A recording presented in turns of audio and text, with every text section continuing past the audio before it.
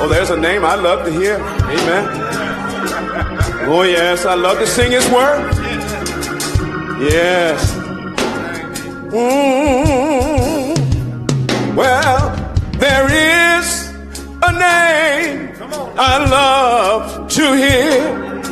I love to sing his word. For it sounds like music in mine ear. Sweetest name on earth. Oh, how I love Jesus. Oh, and oh, how I love Jesus. Oh, and oh, how I love Jesus. Because he first loved me. Well, it tells me of my Savior's love, that he died to set me free. Well, it tells me of his precious blood, sinners perfectly. Church singing, oh, my Lord. Oh, no, how I love Jesus. Yes, and oh, how I love Jesus. Because he first loved me. Oh, amazing grace, how sweet the sound, saved a wretch like me. Church,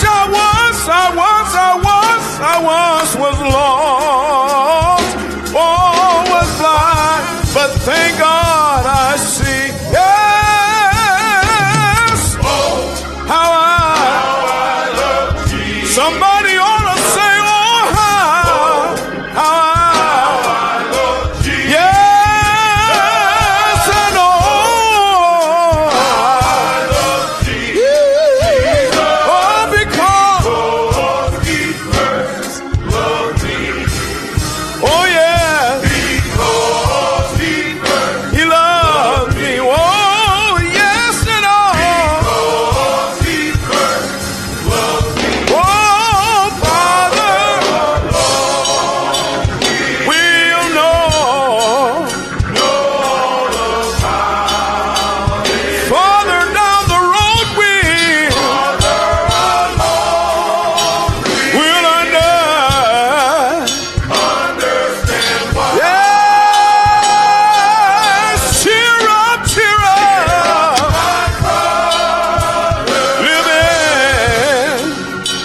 living the sun. Oh, for he'll understand it. Oh, yeah, he'll understand it. All by and by. Yes. Well, down the road we'll know about. Oh, and farther along we'll understand why. Yeah, cheer up, my brother.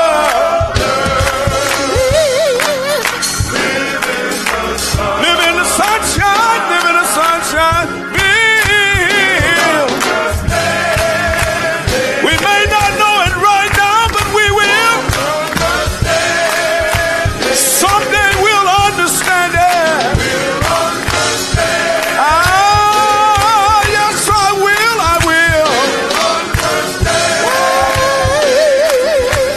We'll understand.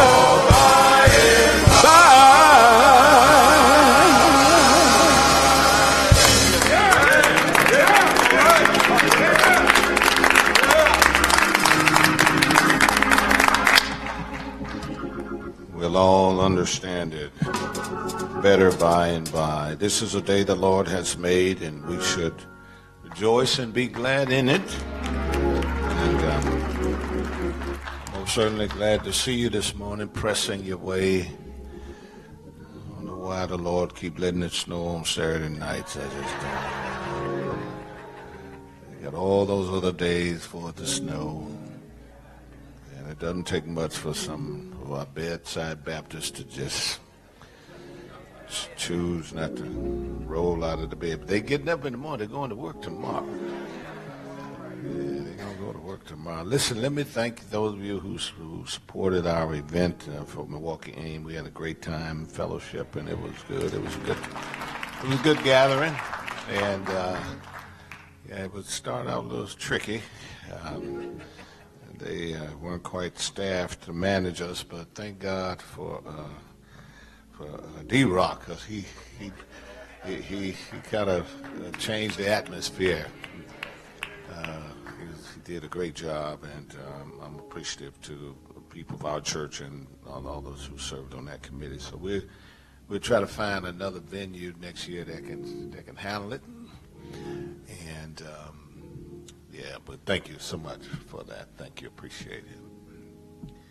As we're celebrating heritage, I'm going to invite you to turn to St. John, the first chapter, one verse. I want to read one verse of Scripture out of St. John's Gospel, chapter 1, verse 46. And Nathanael said unto him, Can there any good thing come out of Nazareth? And Philip saith unto him, Come and see. Amen. This is my Bible, God's holy word. It is a lamp unto my feet and a light unto my path. The grass withers, the flowers fade, but the word of our God shall stand forever. This is my Bible. This is my weapon, the sword of the Spirit. Amen.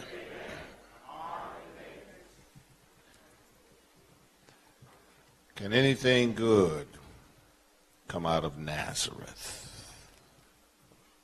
Can anything good come out of Nazareth? Now, Maya Angelou lived a life just as remarkable as the poetry and prose that she crafted in her 86 years of life. It was documented of Angelou's life that resonated. It was a documentation of her life that resonated with her audience and earned her a myriad of accolades, including 3 Grammys she won, and she also won the Presidential Medal of Freedom and a host of honorary degrees. Despite some horrific periods in her life, Angelou rose. At 8 years old, she was raped by her mother's boyfriend. And after being convicted, Angelou's abuser was found beaten to death.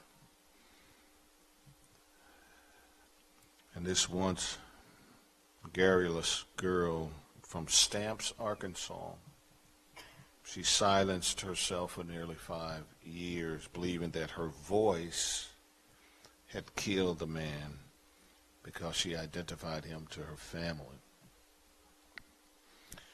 So instead, she memorized poetry during her silence, rearranging cadences and reciting Shakespearean sonnets in her head. But with the help of a teacher, Angelou was able to speak again. And she used literature to recover from trauma. But she got pregnant at the age of 16. She found work as San Francisco's first African-American female cable car conductor. She worked in the sex trades. She was a calypso singer. And she did all that to support her family. Angelou spoke honestly of her experiences, and she was unashamed to walk in the truths of her past. Later on, she left San Francisco, moved to New York, and there she joined the Harlem's Writers Guild. And with the help of a friend and a fellow author, James Baldwin, she went on to write I Know Why the Caged Bird Sings. She did that in 1969, and it became one of the best-selling autobiographical series in a 7-volume set. Can anything good come out of Nazareth? History says that the words of Nathanael confirm the cultural and ancient bias of the people of Judea, and especially those who lived in Jerusalem. They had this bias toward their Galilean, I want to call them their country cousins. Because unlike the business and commercial region of Judea, Galilee was more rural. And the people there were not as educated, they weren't as sophisticated as those in Judea. But additionally, Nazareth was kind of like this pass-through town. You kind of, you could party a little bit in Nazareth. And so travelers would go there, business persons, and they would lodge there. It was viewed as a city that lacked the rigid social and moral code that was practiced by people in Judea and especially of Jerusalem. So Nathanael had acquired his formation of thought as to the type, to the type of people who came from that region. And as he gave this formation, he accepted that the prejudice of that time toward Galileans. But in fairness to him, I think it's also important to note that it's possible that he held no social contempt at all, but rather his retort to Philip, who had told him that they had found the Messiah and he was coming from Nazareth. That's why he replied, "Can anything good come from Nazareth?" He could have replied based upon prophecy, because the Jews believed, as Micah 5:2 depicted, that the Messiah would come from Bethlehem, which is in Judea. So it's possible that Nathanael held the same opinion as many of his countrymen, that the great good, which they were all expecting, could not possibly come from Nazareth. Coming from Bethlehem is what they believed, and maybe some other city or village, but from Nazareth, never. But this attitude of Nathanael's and the people of his day brings to mind some parallels in our day. Because it's no secret that there are individuals who are held in disrepute by people in our cities, states, and nations, held in this light simply because of the community, of the neighborhood, of the zip code that they live in. Without any substantiating evidence, they prejudged and have set in place biases and barriers that typecast people in negative light and do so without merit. They cast them there by mere supposition and preconceptions. And the sad truth is that even when they encounter people who may resemble those from whom they hold in contempt, that may not even reside in those areas of question, they still assign to them their fixed predispositions. Now, lest we be too hard on Nathanael, admittedly, there are people who we too sometimes perceive as being rude and less cultivated, a less cultivated class, with a lower type of moral, religious, and social decorum and character. And we base these conclusions upon their appearances, their vocabulary, the way they dress, the way they act. We're guilty. We're guilty. We're guilty of wagging our heads in disapproval or turning our heads away in disgust when we happen to share the same space with these modern-day Nazarenes. There are times when we drive through Nazareth and witness the behavior, the dress, and actions of these contemporary Nazarenes, and we grimace during the entire encounter. I know I do.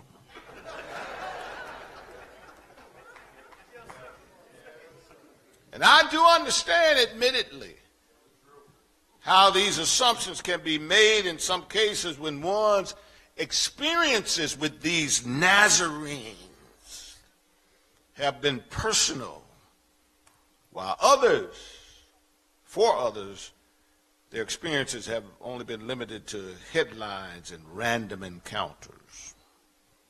I do understand how one could give formation to these preconceptions, or perceptions rather, of those people. I understand it when almost daily there is some senseless incident of violence or neglect that makes the breaking news story on our local stations. I get that. Yes, there's some disturbing behaviors that go on in Nazareth.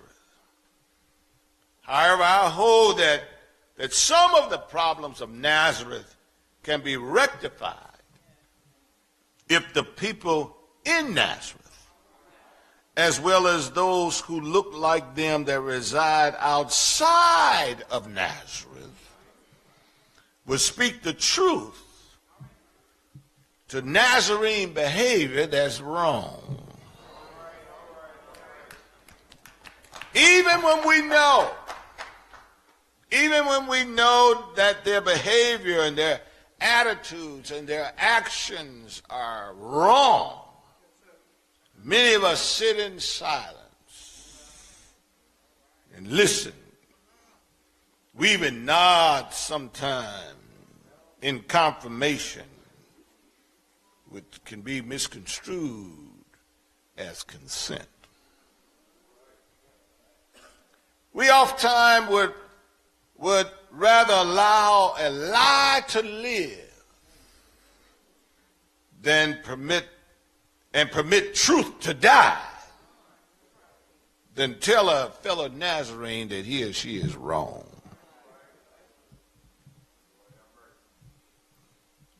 However, just like Nathaniel had it wrong by typecasting all Nazarenes into his prejudicial mode, we too must be careful as to not allow the actions of a few to deter the hopes and dreams of those others who happen to reside in Nazareth.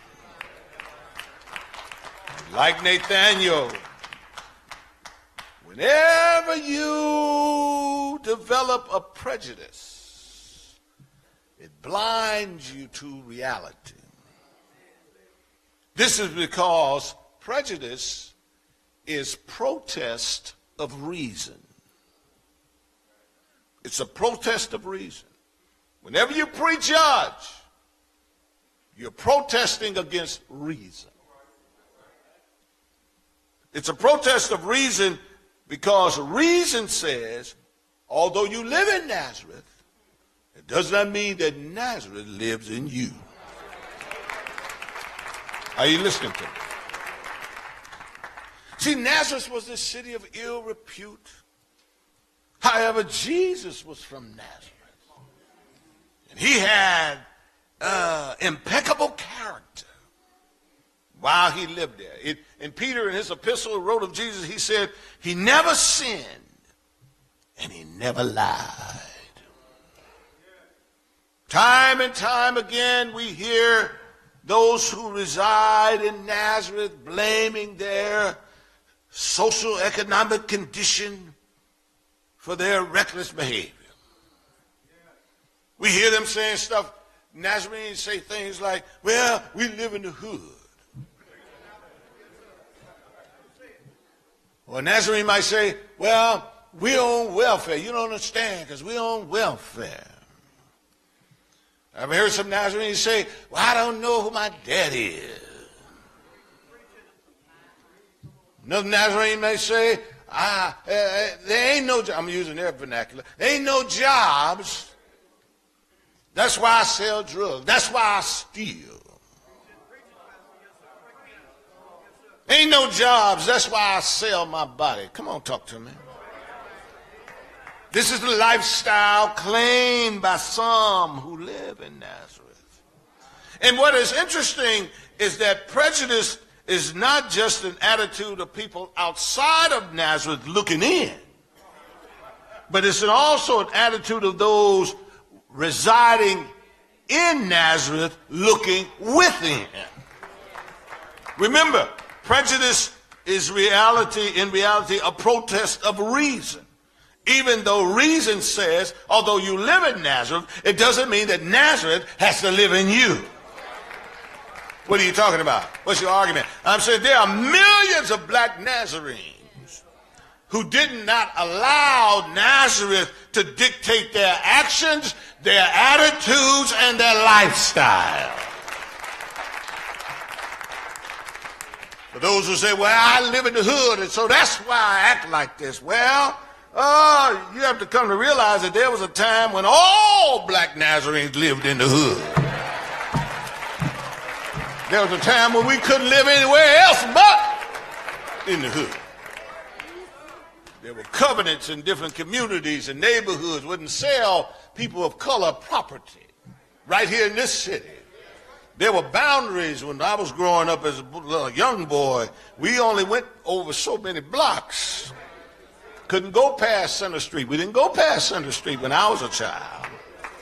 Couldn't go past 20th Street when I was a child.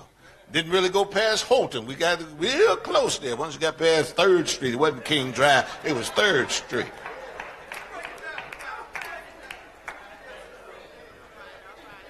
So we all grew up in the hood. But if you want to read their history, see if these people who are talking about I live in the hood and that's why I behave like that, they need to read their history. And they would know that there was a time when we couldn't live anywhere else. Yet we kept up our property, and yet we didn't throw trash down in the streets. Yes, we lived in the hood. But we still painted our homes and our fences. We repaired the broken windows and the torn screens when we lived in Nazareth. We lived there, but we respected our neighbors and especially our elders because everybody grown could tell you what to do, where to go, how to stop, where to sit down, and they tell your mama and they tell your daddy on you. We grew up in Nazareth. We watched out for each other's property in their homes. And when they went on vacation, we didn't use those moments to break in and steal from each other. We grew up in Nazareth. So for those who say, I grew up in Nazareth, that's why I steal, they don't know their history. For the ones who say, well, we're on welfare. You don't understand what it's like growing up on welfare. Well, most of us at some time or another were recipients of public assistance now. Our parents experienced layoffs, in that last hired, first fired business, notwithstanding low wages and large families. And that gave all of us a little taste of government assistance. You know, especially those commodities. It wasn't unusual to be at your friend's house, a neighbor's house, and see some government-issued cheese and some government powdered milk and some powdered eggs, some canned meat. Come on, talk to me.